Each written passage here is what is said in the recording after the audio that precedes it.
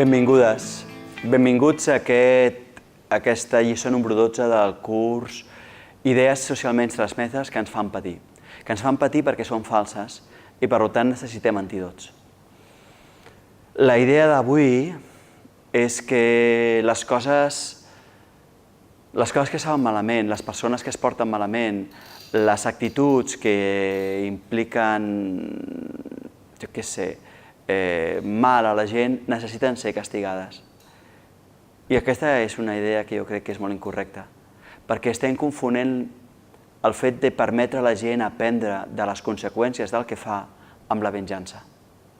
És a dir, el que dic és que quan una persona fa una cosa determinada ha de poder veure les conseqüències del que fa, perquè pugui aprendre. Perquè jo mateix he fet moltes coses equivocades i gràcies a que he vist el resultat dels meus errors he pogut aprendre. Però en realitat, això que seria una demostració d'amor, el fet de dir no et preocupis, respectem la teva llibertat, però no assumirem les conseqüències del que tu fas i per tant et deixarem aprendre, però admetrem la teva llibertat.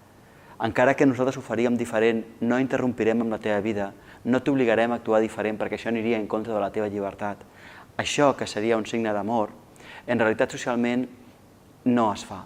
El que es fa és em vull venjar de tu, et vull castigar.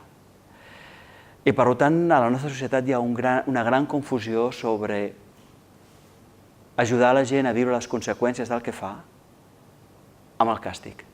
Moltes vegades amb els nens, amb les nenes, se'ls castiga, però se'ls castiga com una forma terapèutica de treure'ns de sobre la ràbia que ens provoca el que acaben de fer. Això es diu venjança i això no és educatiu. En canvi, el que nosaltres sí que podríem fer és ajudar els nens i a les nenes a entendre que una acció incorrecta els hi porta unes conseqüències determinades i sostenir-los amb ell i sostenir les seves conseqüències d'una forma tendra perquè entenguessin. I això seria amor.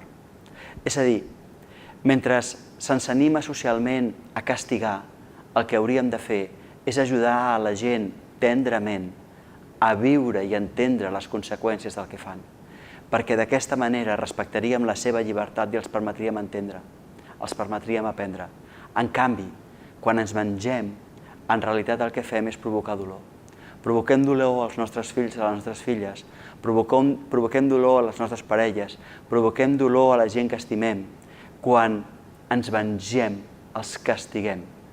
A mi m'agradaria que canviéssim la idea de càstig per la idea de suportar, aguantar, donar suport al fet de que la gent visqui les conseqüències del que fa, perquè pugui aprendre, igual que jo vull aprendre de les coses que jo faig. I això sigui una mostra d'amor i una mostra de respecte a la llibertat dels altres. En tot cas, hi ha tot un altre curs que parla de què vol dir estimar en realitat i donem 7 eines concretes, 7 palanques concretes per estimar. Si algun cop feu aquell curs, veureu que aquesta idea i una de les que s'expliquen allà té una profundíssima relació i és altament transformant a la nostra vida.